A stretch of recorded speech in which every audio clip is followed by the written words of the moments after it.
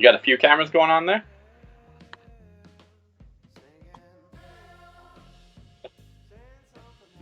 Sorry.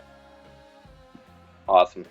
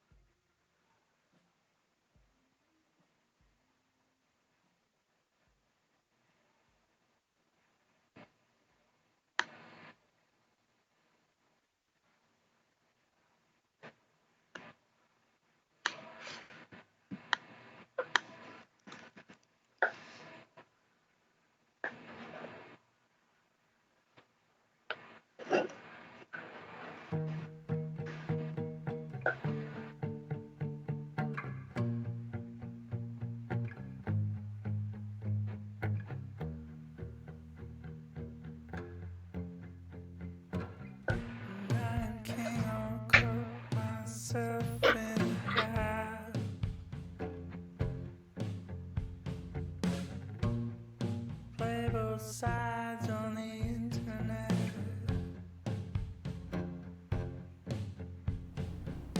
When I finally get a chance,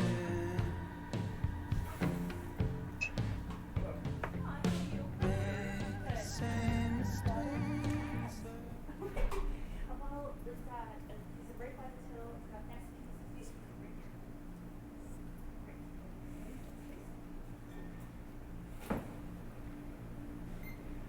Welcome back, everybody. Welcome to our third now beer tasting on a Wednesday night here at Andrew Hilton.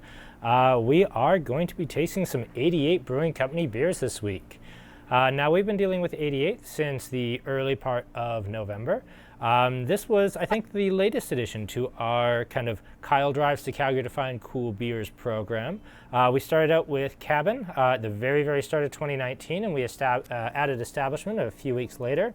The one thing that we kept hearing from those dudes is you got to check out 88. You got to check out 88. Like, how have you not been to 88 yet? So the first time I went, I actually just went and had beers. And I sat at the bar and I had a couple of drinks and I checked them out, and the beers were pretty spectacular.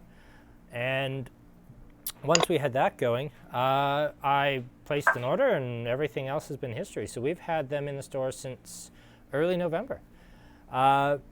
So we have a special guest tonight. This is our second. We have Jesse Hearing from 88. Jesse, can you hear me? Yeah, I can hear you. How's it going? I'm doing great. Can everybody hear Jesse? Awesome. Can we see Jesse yet? Not yet. All right, fair enough. You can't see me? We can't see you yet, but we will get you. All right. So, Jesse, why don't you talk a little bit about 88, the founding of it, the guiding principles for it, and why you're so excited to be in the brewing biz? Yeah, definitely. So it was started just over a year and a half ago now by 4 founders. They're all native here to Calgary, grew up together, grew up through the 80s. And obviously the name 88 comes from the Calgary Olympics, 1988. And our tap room is also modeled after that, 80s. Fun vibes, loud, bright, and just all around, rad times. So that's kind of what we're all about. And as you can see by the cans, that's what our branding is all about as well. Perfect. So we are going to jump right into it here. We're going to start with the Tiffany Rosé Saison. Now this is a beer that we've had, at least in our store, since the very beginning of our relationship with 88. But it was fairly new to come into cans. Up till now, it had been only in the 500 ml glass bottles. So brand new in the cans. Now this is a Saison, as I understand it, made on red wine yeast. And there's a lot going on. Like, even on the back of the can, you guys just straight out say, it's complicated. And you do a lot of really complicated beers between this and with Fruity Pebbles. Why don't you walk me through the Tiffany Rosé Saison before we start talking about how it tastes? Yeah, so it starts off as a golden Belgian ale. And whilst in the ferment, we actually add Pinot Noir must, like from the Okanagan, similar to what you'd find in a winemaking kit. We dump that into the fermenter. Brings it up to about 8% alcohol content. Doesn't taste like that, obviously, as you're all probably trying it right now. Nice and light, somewhat dry, but also semi-sweet in the flavor. You'll get notes, obviously, of that red wine, some dried fruit, like gooseberry, and yeah, it goes down super easy. I hope you are all enjoying it, but I really am shocked by how much red berry character I get out of it. I mean, as somebody with a classical wine background, when I think Pinot Noir, I think fresh cherries, maybe into strawberry, maybe even a little bit into like blackberry. Oh, well, you're early. Hello, Hand. Welcome again. So when I think about that, I definitely get some of those bright, fresh red berry characters that I'd expect from a Pinot Noir. And I'm surprised how much of that translates through the fermentation process, because when I think about, especially Belgian fermentation, it tends to be a very rockin' and rollin' sort of process that can get quite warm, and some of those delicate characters could very easily be destroyed by that. I'm kind of amazed how well this translates. Yeah, no, it turned out great. They did an awesome job with it. And they originally made it while they were home brewing, so scaling it up to obviously their full-size system was quite the ordeal. So trying to figure out where to source all that Pinot Noir must, how we were going to add it to the fermenter, what part of fermentation we were going to add it in. So right from the get-go, it turned out pretty good, and it's just improved along with every batch. And the cool thing about it too is that it ages very well. So you can keep this and you can crack it after 6 months. We've done some after 8 months, and some people actually think it tastes better after that, which is very rare for a beer. So. Well, I'm quite happy to hear that your Saison aged a long time, because right before COVID came out and we stopped filling growlers, I managed to sweet talk my way into a 20-liter of the Kviek, which is a Saison, of course, aged in barrels on Muscat grapes, because that's absolutely tremendous. And it's just sitting in our fridge, very sad and lonely, waiting for us to start doing growlers again. And every time I walk by that keg, it's like, oh man, I can't wait till we can fill growlers again. Yeah, it'll be interesting because we don't have any of that left in the brewery even, so we have no idea what that's going to turn into, so we're going to rely on you for that one. I'm super excited for it. Yeah, John, I like it out of a glass. I mean, I think any of these can be drank out of the can, but I think you're gonna miss something. If you're trying to get all your nose out of the little tiny mouth on the top of the can, you're not going to get the full aroma. A glass, this is a beer that deserves a glass. There are many that don't, but this one does. Totally. So now, this is one of the beers that you do that's really complicated and really has a lot going on. Now, as I understand it, I'm allowed to talk about the fact that sometime in the next few weeks, we'll be seeing Fruity Pebbles again. Why don't you tell us a little bit about Fruity Pebbles, because it has some beer-making commonalities with the Tiffany. Yeah, so Fruity Pebbles, it just kind of started off by a random thing. One day the brewer's like, well, we gotta make a beer. So they decided to sour. It started on the Night Gallery base malt. They soured that with lactobacillus, then pumped into the fermenter, and then they said, well, let's just throw some berries in it. So they put in, I believe it's blackberry, raspberry, and is it strawberry? Camp Summer Crush, I know it's strawberry, but I'm not sure about the Fruity Pebbles. I think it might be blueberry. Okay. Anyway, we call it that, yeah. There's a lot going on there, but we get, fruit puree, put that in, and then we also throw some lactose sugar in it, which it makes it the milkshake. So yeah, it's a triple berry milkshake sour IPA. And a seasonal. Yeah, but that we keep bringing back. We said we weren't going to bring it back again this year. That's why I've been telling everyone. Then all of a sudden, out of nowhere, we're like, oh, Fruity Pebbles is coming back, and it's coming back in cans this time. So it should be pretty sweet. The only thing we're going to change on it is we are bringing it down to a 6.8% alcohol, I believe. So it'll be a little bit more crushable, because before it was coming out at 7.3. And it did not drink like a 7.3, so people were getting pretty wrecked on it, but it was a lot of fun. So speaking of quote-unquote seasonal IPAs, let's move on to the Ring Pop. Are we still calling this a seasonal, or has this been so incredibly successful that you almost can't stop making it at this point? Yeah, you know what? You're pretty much right with that. The seasonality of it is still up for debate. We want to keep it around. You guys are actually lucky to have it right now. It's sold out pretty much everywhere in Calgary. We have none left. I just managed to snag one from our sample's cooler. Otherwise, I can't get my hands on much. So yeah, I think we're gonna keep it around for at least the summertime now. It's been a huge hit, and yeah, we just want to keep rolling with it. Nice. So you build this as a double dry hopped hazy IPA. Yep. Now I know what dry hopping is. You know what it is. But why don't we talk about the difference between like boiled hops and dry hopping, and why that's different and why it's important. Yeah. So normally, well, with all beers, we do hops in the boil. We need that for the preservation of the beer, and they also add flavor, bitterness, depending on at what point you put in the boil. Whether it's at the very beginning, you'll get a lot more bitterness out of them. Near the end, you get more of the flavor from it. So after that, when it's in the fermenter, just fermenting away, we can also dry hop it, and that's when we pour the hops right in through the top. And this way you don't get much of the bitterness, almost no perceivable bitterness actually, but you get tons of that aroma. So when you crack open this beer and you give it a smell, like it's got tons of tropical aromas coming to hit you, and that is mostly from the dry hopping. Now, not an issue with ring pop because it literally sells faster than you can make it, but I would assume that with more dry hopping and less boiled hops, the beer would in theory have a shorter shelf life than one that had the boiled hops. Yeah, usually you lose a lot of that. The aroma is the first thing to go. That's what you get from the dry hopping. It's also the first thing to go. So even after 2 months with a beer like this, you'll start to notice definitely on the nose. 3 months you lose most of it. Most IPAs after 3 months aren't that stable. So, but yeah, definitely with all that dry hopping, drink it quick. So it's best fresh. Awesome. Now, I think anyone who's been to your tap room would completely understand right off the hop your super 80s aesthetic. You seem to be single-handedly keeping the colored neon sign business going. Yeah. But beyond that, what's the story on kind of the winter coat that we have on some of the seasonal cans versus the actually really eye-catching traditional livery on your more core beers? Yeah, to be honest, we just decided we wanted to switch it up for the seasonals. You can only put so many like ribbons and stripes on a beer of different colors, so we didn't want to be Ribbon and Stripe Brewing Company. So we thought, well, what would be cool as well that kind of resonates with the 80s vibe, our tap room in Calgary, and then we thought, oh, the Sun Ice jackets like from the Olympics. So we started with, you'll see your other beer that you have there is the Good Morning Vietnamese Coffee Stout.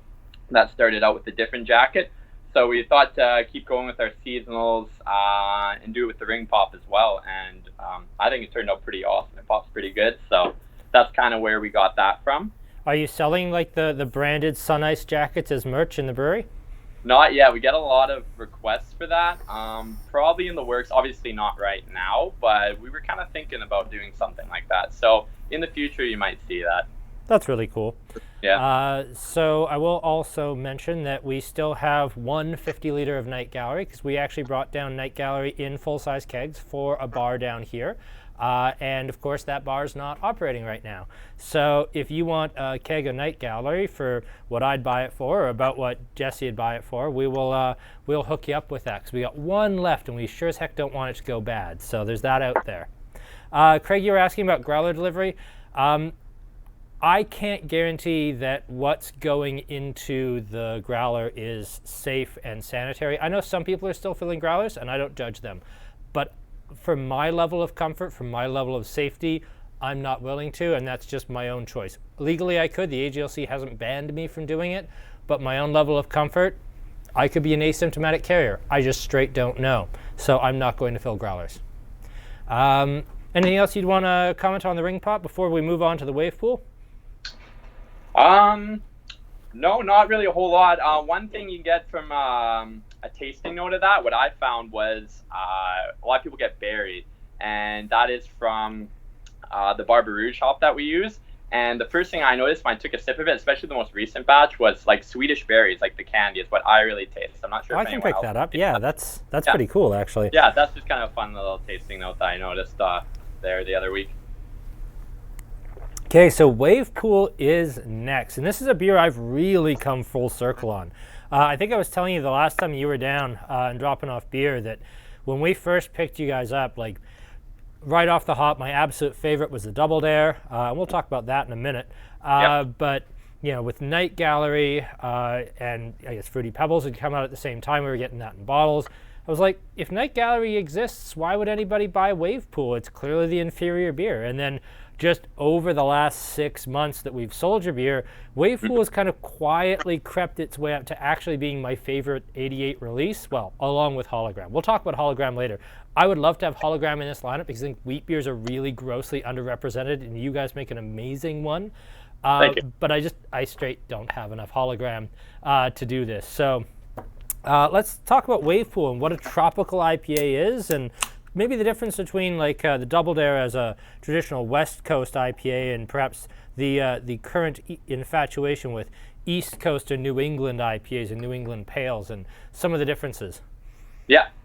Yeah, for sure. You want me to go ahead here with and just start talking about what exactly the Wave Pool is? So yeah, let's talk about Wave Pool first, then we'll talk a little bit about East Coast, West Coast as well. Perfect, sounds good. So the Wave Pool actually starts out more along the lines of like a West Coast style IPA base malt. However, we just throw a ton of hops at it, both in the boil and with the dry hopping.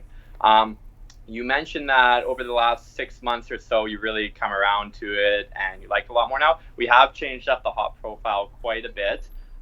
We've had to have the addition of Galaxy in there now. We never used to have that in any of our beers, but now we do it exclusively with Wave Pool, I believe. Some of our small batch releases do have Galaxy as well. But yeah, Eldorado, Galaxy, Mosaic make it super nice, juicy, tropical notes on that West Coast base malt. It's kind of a little bit of an East meets West then with the very, forgive me if you disagree, but kind of an East Coast style hop profile, Yes, but exactly. a very West Coast style malt bill. Exactly, that's the way I explain it, yeah. And that I really, really like that. I also like how absolutely violently purple and green the cans are, and that absolutely shouldn't work in any way, but it absolutely does, and I love it so much. I know, right? It's crazy, but I love it too. And we've noticed, it's funny that you say that too, like with how we've changed up the hop profile, we've noticed that in our sales too. It has gone up and up and up, and now it's actually pretty much level with the Night Gallery for sales. So definitely a lot of other people, including yourself, have come around to it. I think we're still outselling Night Gallery a little bit, but I have noticed the Wave Pool sales creeping up and up and up and up and up. And really, I think you guys already have like 2 of our top 5 best-selling IPAs in the whole store, and Wave Pool's certainly comfortably in the top 10. Awesome. And we don't have the biggest beer fridge in the world. Let's be fair, we're a small store. Oh, hello, Hand. Ring Pop? Yeah, let's do Ring Pop. Ring Pop's delicious. We don't have the biggest beer fridge in the world. Like, we still have the same beer fridge that we built in 1994, and it's kind of funny. When I started here, we have 7 doors, 2 on the left and 5 on the right. When I started here, we had 1 door on the far left that was our craft beer section, which carried such fine craft beers as Corona and Sleeman's Honey Brown. 2000 was a different time. Yeah. But slowly it's gotten to the point where, 1/2 of 1 door on the very far right is actually our domestic section now. And really, I think on the shelf, we only carry like 8 packs of the major brands, and everything else just doesn't make the grade. So we don't have it on the shelf anymore. It's just how amazing the market has shifted.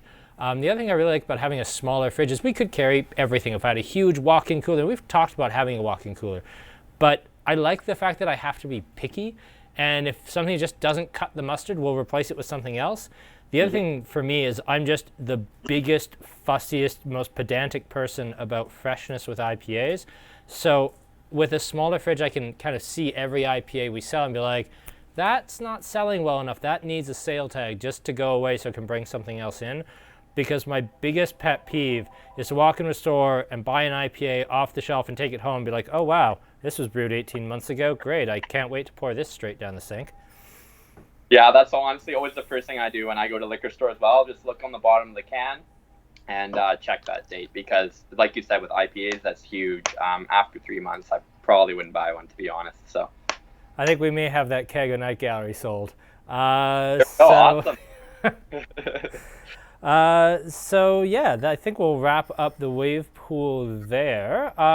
But I will give you the opportunity, and also an opportunity for me to have more Wave Pool, to talk about my favorite 88 beer historically, the Double Dare Double IPA, which is coming back in a new format. Tell me about it, Jesse.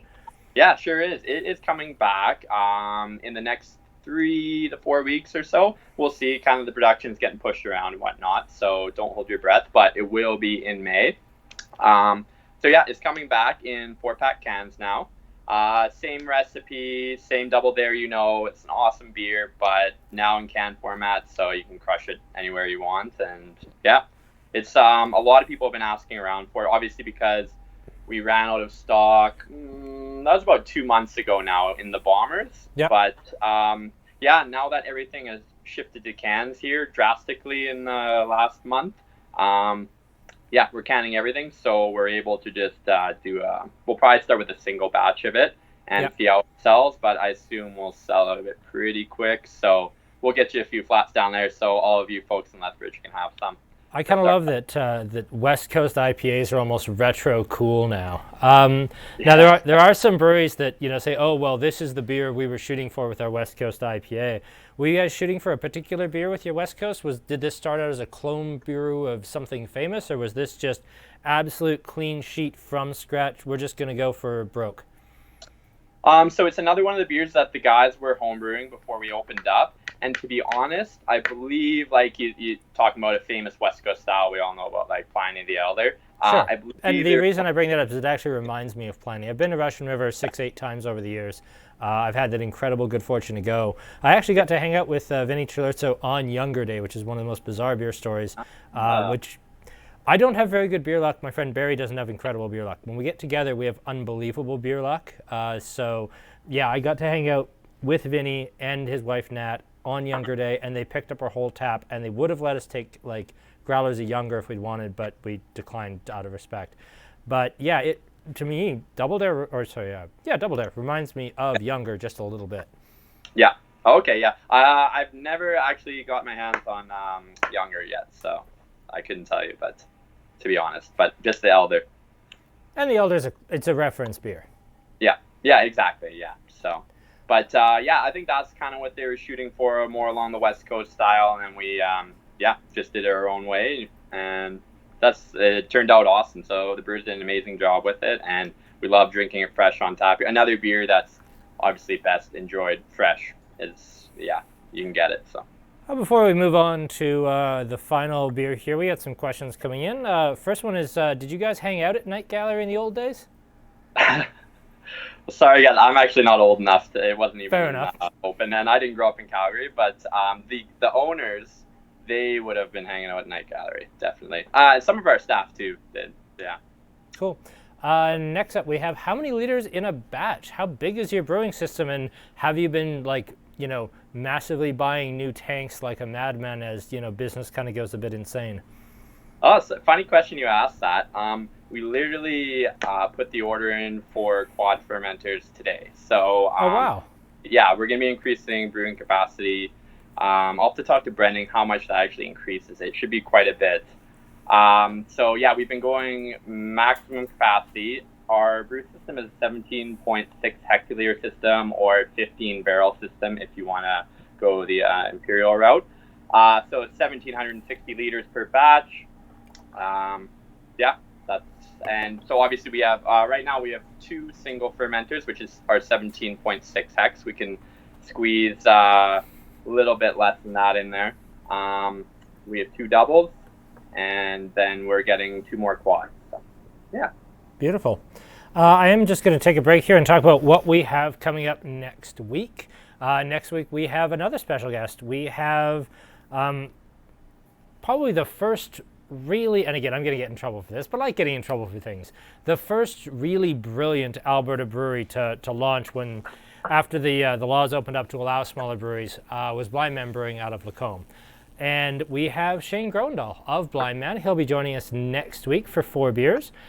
He will be doing the Kettle Sour, the New England Pale, the brand new Lemons, Limes, and Clementines Florida Weiss. Last year we of course had Blackberry Plum. This year it's Lemons, Limes, and Clementines. We'll be getting our first shipment of that Friday. And then we'll be doing the Five Diamonds Pilsner as well. So that is coming up a week today. So we'll have that at Wednesday at 6 o'clock next week.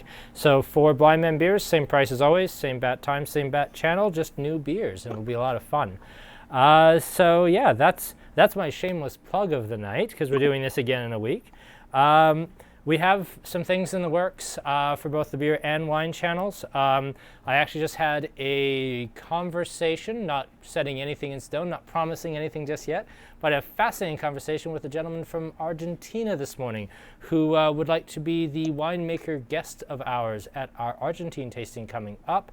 I talked to a gentleman, or at least his representative, from Vancouver Island about being our winemaker guest for our Canadian week. Again, no promises. This is all very up in the air. And we have some other really fun things coming up as well. So, yeah, we got some fun stuff coming up. But let's roll into our last seasonal, the Good Morning Vietnam Vietnamese Coffee Stout. Now, I love stouts, and I've known coffee stouts for a very long time. What makes a Vietnamese coffee stout different from a traditional coffee stout?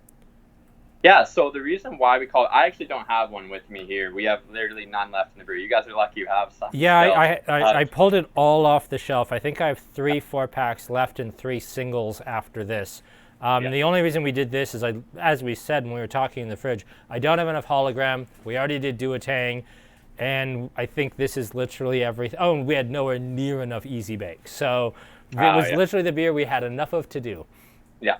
Yeah, actually, I probably have it on tap. But, oh, well. Anyway, what makes the Vietnamese coffee stout is we use a Café du Monde in there, which is actually a French coffee. But it has a lot of chicory in it. So you get kind of woody notes with it.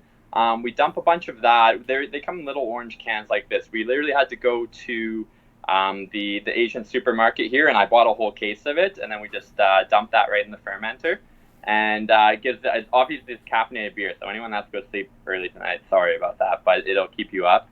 And you'll get the woody notes from the chicory.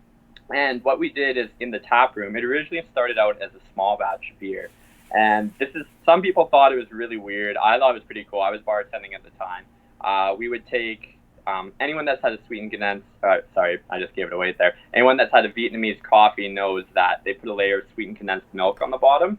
So we actually put a little layer of that, and on the sides of the glass, in the glass before we poured the beer into it. And actually turned out really good. It gave it a little bit of creaminess to the body and a little bit of sweetness as well. Now, being a milk product, it did curdle kind of slightly, so that's why people thought it was a little bit weird, but it did taste pretty good.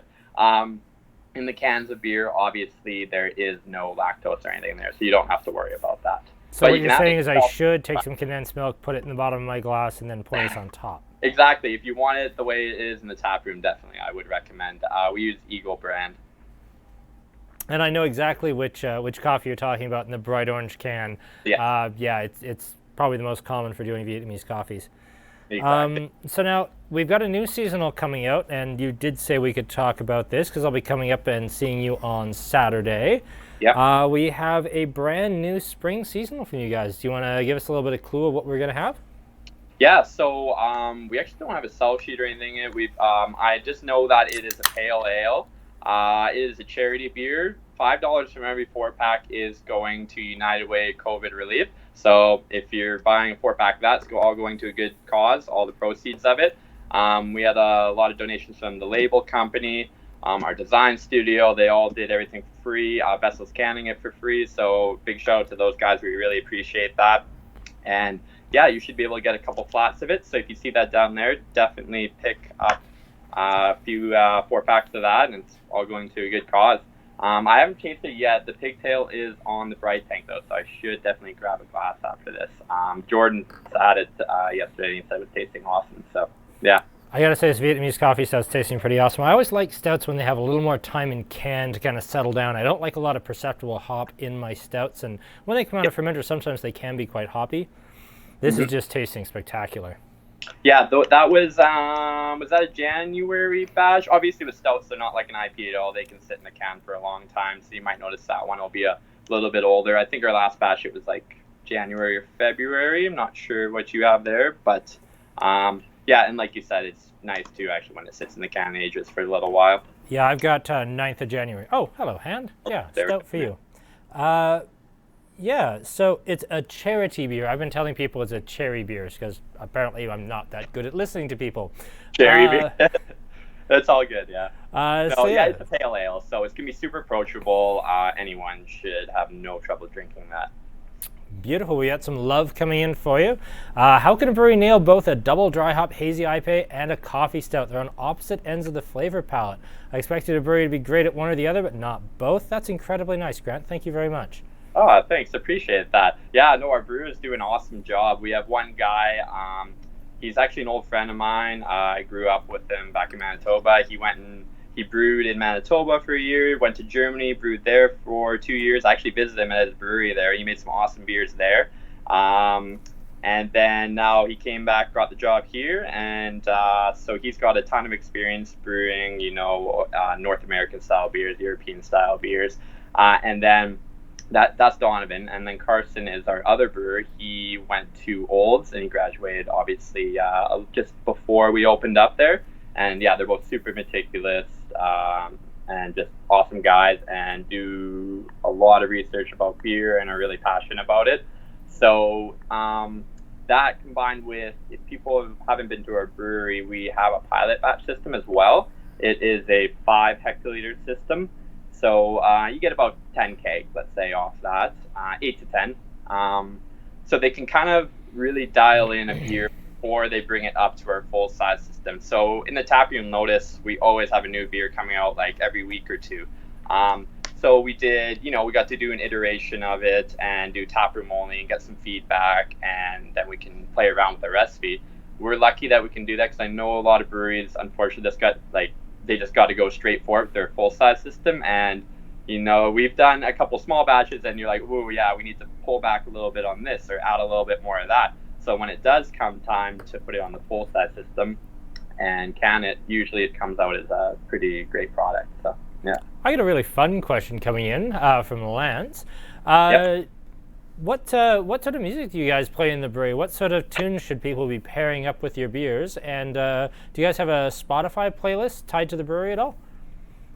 It's funny. We actually just started doing that. Now with our home deliveries, we put a little cassette card. I don't have one in here, but let me run to the cold room in a second when you're talking. I can quickly grab one, and then I can somehow get that to you, and then you could definitely listen to the playlists that we send out with our home deliveries. We do have some Spotify playlists made up. So yeah, and then during our working hours when the tap room was open, we did a little bit of everything. Sometimes we did 80s, sometimes it's usually just fun, upbeat type of stuff. When the guys are working in the back during the day, we play like literally everything because there's music going all day. So yeah, one of our brewers is really into punk rock. We hear a lot of that. A brewer into punk rock? I've never heard of that before. Yeah, right. And tattoos and all that. Yeah, I've never seen that in a brewer. But yeah, so a little bit of everything. But if I get a second here, I can run in the cold room and I'll grab one of those little cards with one of our Spotify playlists. Well, I'll impose on you for a couple more questions before you take off here. Let's talk about your tap room a little bit. I know that I think it has become officially just canon that we are doing a bus. So whenever you are allowed to open the tap room again, all the people who've been joining us for the beer tastings over this time, we're going to be renting a bus and going up to see all of our friends that have supported us all the way through this. And why don't you tell us about your tap room? I know that you've got the super famous pizza place upstairs. Like I mentioned, you've got all the neon. Tell us about your tap room. Why is it awesome? Why should people check you out? Yeah, do you guys actually, do you want to see it? I'm on my phone right now. I could walk around if you really would like to, but if everyone... Yeah, my social media director just gave me the world's biggest thumbs up. So yeah, let's do that. Let's see it. Yeah, sure, let's do it. Okay, I'm just going to turn my camera around here. Oh. What button? There we go. Oh, this is a dirty office. Don't worry about that. All right. So right now it's not how it normally looks. Well, here's the brewery, actually, if you guys haven't seen it as well. So those quad fermenters we're going to get, they're kind of going right in here. Anyways, you guys want to see the tap room. So right now, since we're closed, we just have it set up a little bit differently. We have all our merch sitting out here, all nicely organized, because we have it on our online store. So it's easy just to get out quickly. Normally it sits over there. This is all seating and whatnot. But yeah, you can see obviously this super fun holographic wall thing here, and this neon sign as well. It's not lit up right now. That's a bright red sign normally. got our cool, that's our beer board there. So we put all the core ones are in green, and then all our small batch are in the orange. Those are switching up all the time. You can kind of see some of the fun ones there, but obviously those aren't available in cans. And then yeah. Actually, there's another fun thing coming out in cans I'll let you guys know about here. Those are a bunch of pizza boxes. Like I said, right now we're just kind of putting stuff everywhere because we're not open to the public. And there's our patio there. Normally, obviously, we have a big a wraparound bench that goes there. We painted our parking lot pink. Got a little deck there. It's awesome in the summertime. We're southwest facing, so you get tons of sun. But hopefully, maybe we can catch the end of summer on our patio. Bright neon, like you said, neon strip there. Go up the stairs. We have a 2-level tap room. So down here is 55-person capacity. Upstairs is, downstairs is 35, upstairs is 65. And then the patio adds about another 45. They're very purple stairs. Bright neon there, yeah. The pizza guys are actually working back there right now, so we'll just kind of leave them alone. Hey, Seb. And this is the upstairs again, kind of just storage and stuff around here right now because it's not set up to be open. I don't know if you can hear me, it's a bit louder up here. No, we can hear you just fine. Okay, cool. And normally there's tables and stuff in there. Those are all the jackets we're talking about. Also, those are the neon lights. I can actually turn those on so you kind of get an idea of the vibe. I really like kind of the balcony where you can look right down onto the brewery from sitting upstairs. That's actually a really cool spot. So you can, assuming you're there early enough in the day, you can watch people brew and you can kind of hang out. It's wonderful.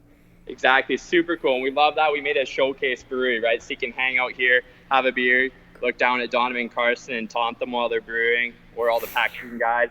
The canning line, we do mobile canning right now. So they set up the canning line like right in there when they come in. They just come in with a truck, drop off all the equipment, can for the day, then they take it with them. Small batch system there as well that I was talking about, that they do all the beers on firsthand and then scale them up. Do you still have the original NES set up for people at the bar, at the upstairs bar? Yeah, definitely. Nice. So, we got all our fun tap handles on there too. All the old school TVs as well. We actually had to buy, these aren't really that cheap anymore. Everyone thinks you can get these for free. No, they're getting expensive at the thrift stores. It's kind of funny. And then half of them died anyway. Got lots of plants, we like to keep it nice and lively in here. These are all real too. I'm pretty sure we had a few fake ones, but no, these are real. And here, there's the NES. Okay, it's just hiding back there. It hasn't been used in a while, but we got our NES going on. A lot of you probably recognize that. Actually, came out in '88 too, which is pretty cool. And then we had to have the newer style TV to put that on. Doesn't really work with the old style one, so you had to have that adapter. You guys know what I mean. I know it doesn't look as impressive as it normally does just because everything's just storage right now. It does look absolutely amazing and also absolutely packed all the time anytime you get there. And I got to say, anytime you want to go, it's absolutely spectacular. It's one of my favorite spots to stop in Calgary. Yeah, it's super fun times, late at night. There's just good vibes. Everyone's having a lot of fun. We have awesome bartenders and everything. So if you guys come down on that big bus, I'm sure you'll have an awesome time, and we can't wait to see you down here. So, but that's pretty much gives you an idea then of the whole brewery. It's easier for me to just show you than explain it. You have so many plants, just way too many plants. Yeah. It looks like they actually just bought some more. I don't remember there being that many plants. I don't either. Out on the patio, we have a bunch of big palms that sit out there too normally. So hopefully we get that near the end of the summer, like I was saying. But so. Awesome. Folks, that is the end of the formal portion of the tasting, and I say that very loosely. It is very seldom a formal sort of tasting. But I'm going to keep Jesse around for another 10 minutes here to answer your questions, and then I think we'll wrap things up after that. So if you have any questions, hit us up in the chat, and we will get to your questions as they come. Thank you very much, Jesse. If I forget to say it before, I really appreciate you doing this. Thank you. No worries. Yeah, we really appreciate you setting this up. It's awesome. It's kind of a new reality, right? Doing these virtual tastings. We do it. Actually, Adam, our other sales rep's doing one tonight as well. He's doing a pairing with cheese, but they're always a lot of fun interacting with the people, and especially when they can't get to the tap room. So, yeah, we like that you set this up, and we appreciate all the support we get in Lethbridge. I know we're sorry it took us so long to get down there. We kind of held back. We're just it was hard logistically. We're not in Connect or anything, right? So it used to be just Jordan, then Jordan and myself. And yeah, now we have enough manpower and product that we can get down to you guys. So it's awesome to see the fan base that we have down there. So you guys are awesome. It's really a pretty rabid fan base. People love your stuff. Yeah, no, we it's crazy. Like, you move a ton of products, so we appreciate you and all of we're just having a lot of fun, really. We got a question. Are you going to do an Eddie the Eagle beer? It seems very era appropriate. Eddie the Eagle beer, we did actually. It was a small batch.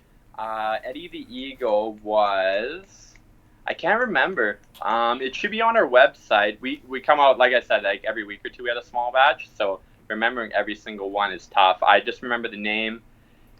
Was it a pale ale?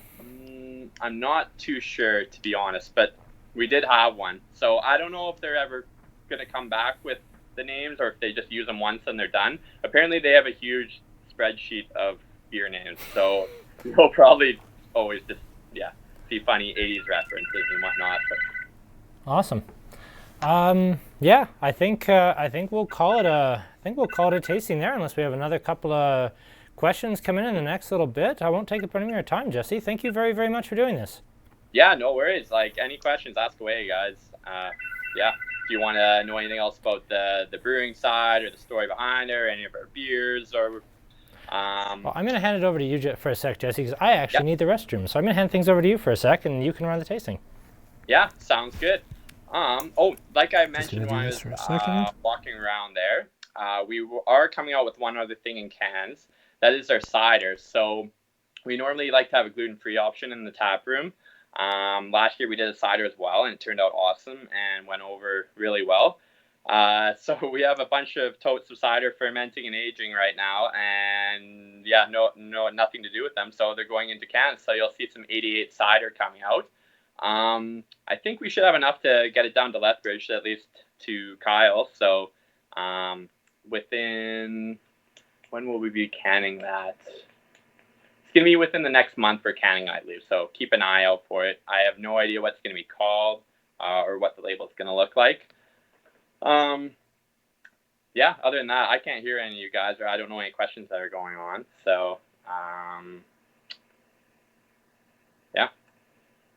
don't know. What else? I could show you a bit more of the brewery, I guess, if we want to do you know what I was going to do? I'll get those Spotify cards for someone was asking about your Spotify playlist. So they're just in the cold room here. We have the world's slowest cold room door. They thought it'd be really cool to put it on the garage door open, and now we're always just waiting. And it's very squeaky.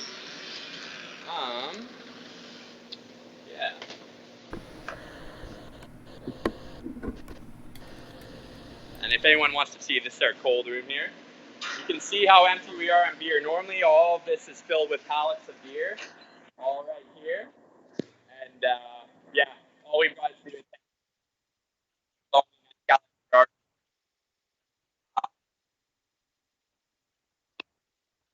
those. I don't know if they're all the same. So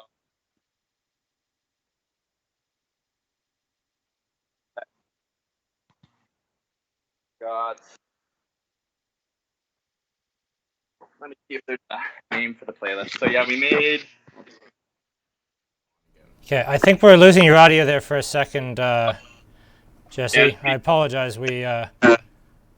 All good. Can you hear me now? I can hear you now. Yep. Okay. It was kind of loud in the cold room there. Maybe that's why. Here, for those people that were asking about the Spotify playlist, in our home deliveries, we just put these little things in there. So it's like a little cassette, right? That one's Tiffany.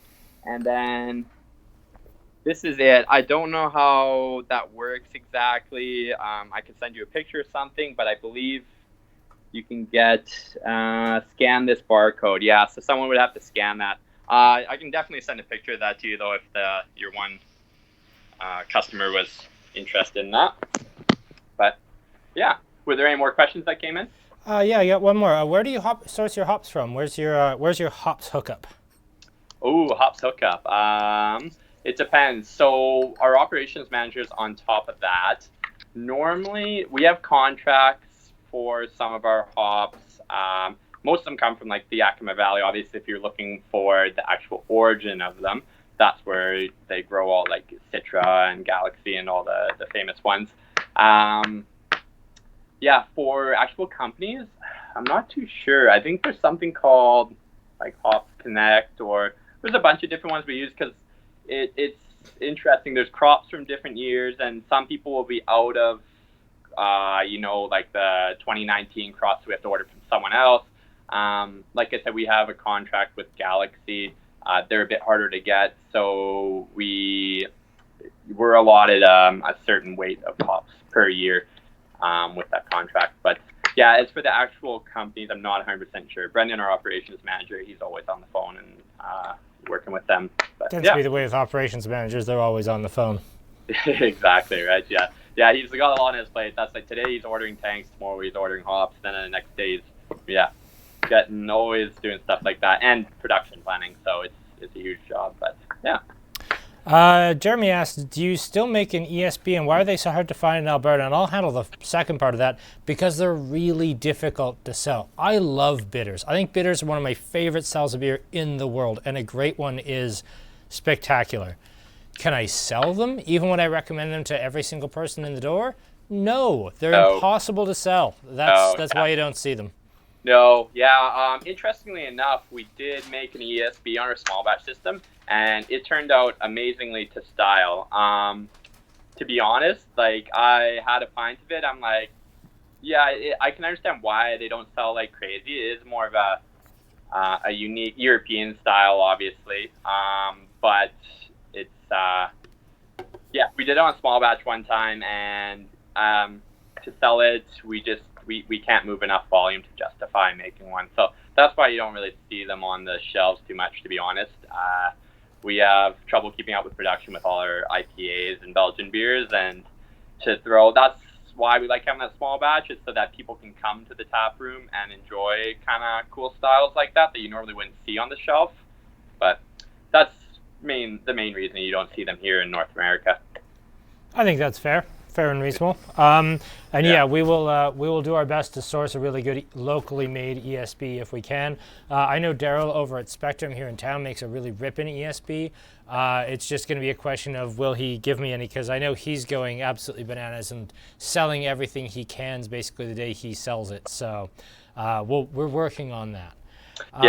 But such as things right now in the beer industry in Alberta, like it's a little bit madness. Yeah, no, Spectrum, Daryl there, he makes awesome beer, and I know I didn't try his ESB, but I imagine it's really good. So it's exactly what you'd expect from Daryl. Very traditional, right down the middle, exactly the style. Awesome, yeah, that'd be great. Then there you go, the local ESB, definitely head down to. I don't know, are they? They are selling growlers, and they're selling cans right at the brewery over on the north side, and I couldn't recommend them enough. Oh yeah, they're awesome guys. Last time I was down in Lethbridge, I stopped in there for a beer, and both of them are super nice. Elaine, I believe her name is. Yep, yeah, Elaine and Daryl. Yep. Yeah, they're both super nice, and I had a beer there and toured this brewery, and it's great to meet them, and all of his beers were great to style. So. Perfect. Jesse, I think that is thus far the last question. Cool. Some people want a tour of your car, but we're not doing that tonight. We'll do that another night. The tour of my car. Oh boy, things are getting spicy. Things are fun. Or the brewery van. I should just set up a bed in there next time I go to Lethbridge, and it'd be good for that. See, we could do that, right? And then I have a whole stock of beer in there too to keep me going for however long. So. Lance asks, any danger of a beer shortage? Yes, there is. At least for the popular breweries, you don't see it, but really, I mean, when I talk to Jesse, it's not so much what do you have, what would you like to sell me today? It's, oh dear God, Jesse, a hat in hand, what will you sell me today? It's very much right now for the really great breweries. Not a question of, hey, can I buy your stuff? It's, hey, please let me buy your stuff. And that's I think the greatest compliment to a brewery you could have, where their beer literally sells faster than they can make it, which I think is fantastic. Yeah, no, it's crazy. We did not expect it to turn like this so fast. We've had to flip our business model like almost 180 overnight, right? From We all have. Yeah, everyone, right? From all our restaurant and bar accounts, they all shut down, obviously, and then we have to start canning everything. So it's just, yeah, people ask like, oh, come on, can't you make more beer? Why are you out of beer all the time? And it's obviously just the production capacity thing. If we would pump out as much beer as we could, as long as we maintain quality, we would love to do that. But like you saw the brew system, and like I said, we just ordered new tanks. We're going as fast as we can, and all the other, those other breweries are always out of stock. They're doing the same thing. Yeah, that's just the reality of it now, and we really appreciate though that people are supporting the local breweries. That's amazing. Obviously it's a little bit more expensive than the domestics and whatnot, but Not that much more. Yeah, actually you're right. Like when you look at it volume, if you do price per mil, it's not much more. And yeah, obviously you're supporting a local Calgary or Alberta business, and yeah, it's been amazing. We can't thank people enough. So Awesome. Well, I'm going to cover a last couple little housekeeping things. For those of you who have been asking about the flowers, this is our Mother's Day promotion. We're doing a bouquet of flowers from New Hope YQL Florists, and they are doing the flowers for us. You've got roses and orchids and other flowers I don't know the names of because I don't really do flowers. And then with that, we're going to ship out your choice of a French red, white, rosé, or sparkling. We're going to do the whole thing delivered to your mom either the Friday or Saturday before Mother's Day for $75 all in. That's we just finished shooting the promo for that before we did the beer tasting, so that's why they're still on the table. I assume you're going to be able to put them in a much nicer vase than this water jug that I happen to have kicking around. But yeah, that's the story on the flowers. Other than that, yeah, Deandra wanted to send love and gratitude from all of us up to you at 88. And really from the bottom of my heart, thank you very much. I mean, we've had so much fun working with your beers, so much fun working with just everybody involved with the brewery, yourself included. It's just been such a delight. And thank you very much for joining us on a Wednesday night in late April to talk beer and be a huge nerd about it like I love. No, that's awesome. We really appreciate that. Thanks for the love there, Deandra. That's amazing, and I like doing stuff like this. So especially when you can't come and really interact with your accounts as much and do tastings, it's kind of weird now that obviously I've gone back to I do mostly deliveries and stuff, and you can't sit around and just chat with people like you could before. So the whole virtual model, it's fun. Yeah. Cool. Well, I think we are going to call it a night there. Thank you very much, Jesse. I appreciate you, and I appreciate your time. Yeah, no worries. Next week it's Shane from Blyman. Yeah, that'll be fun too. Yeah, Shane's a good guy, and they got some good beers there. Yeah, they're New England. Actually, that was when I first came to Calgary. I crushed that a lot at the ship. So. Oh, I can remember when getting Blind Men New England, like you got out of bed at 4 to be on Liquor Connect at 6, just in case Blind Men New England showed up on Connect. Yeah. I remember driving to Lacombe for beer because, and there's a difference of driving to Calgary for beer. Hey, you're in Calgary. There's something to do. Driving to Lacombe for beer. Yes, you get your beer, and then you're in Lacombe. Yeah, it's it leaves a bit to be desired, but at least Blind Man's there. So I mean, that's a big trip. You drove all the way up there that shows commitment. I don't mess around with beer. I love beer. Oh, yeah. Awesome. Thanks again, Jesse. I really appreciate you. Yeah. We will stick around and answer the last few questions and comments via text, but I think we're going to cut off the video stream here. And Jesse, just as a special thank you for covering me, by the way, because I really had to pee. So. Oh, no worries. How much were you drinking there beforehand? You got. It's honestly the caffeine, not the alcohol. I crushed a little bit of far too much coffee because right next door to us is the lovely folks at the Wooden Shoe, and they give me bottomless refills on the coffee, which is not good for me. That's true. Every time I come down there, you're always over there getting coffee. I was wondering where that was. Yeah, that's exactly what happens every time. Okay. Cool. Good to know. I'll have to grab a coffee there next time. All right. Well, thank you again, it was Jesse. a lot of fun. So thanks for having. Let's maybe do it again sometime in the future when we have a few of our new seasonals or something out. That'd be good. That sounds great. We'll catch up then. Cool. All right. Thanks, Thanks Kyle. again. Thanks, everyone else. See you later. Cheers. Thanks, and thank you, everybody. Thank you for joining us for our third one. Week 4 will be Blind Men. I was just talking to Hayden over at Cabin, who is completely out of beer at the minute, but he will be joining us sometime in the next few weeks. I have nothing picked out for week 5 yet, so in 2 weeks. But I have some ideas. I just have to make sure that we can get A, the beer, and B, potentially a guest speaker. We will see. But until then, we have the Friday night wine tasting coming up this Friday at 6 p.m. And that will be German wines. We have 2 dry wines. We have a Grauburgunder, which was actually the white wine that I served at my wedding. We have a dry Riesling from Lights. We have a sweeter Riesling, and then we also have a Pinot Noir for a red. So very light, delicate red, because it was 23 degrees as a high today. It is warm outside there, folks. So we're going to do some light stuff. So until then, until Friday night, thank you all so much for joining me. I appreciate you all, and thank you again to Jesse. Until then, take care, be well, and take care of yourselves. I'm Kyle with Andrew Hilton, and take care of yourselves. Bye then.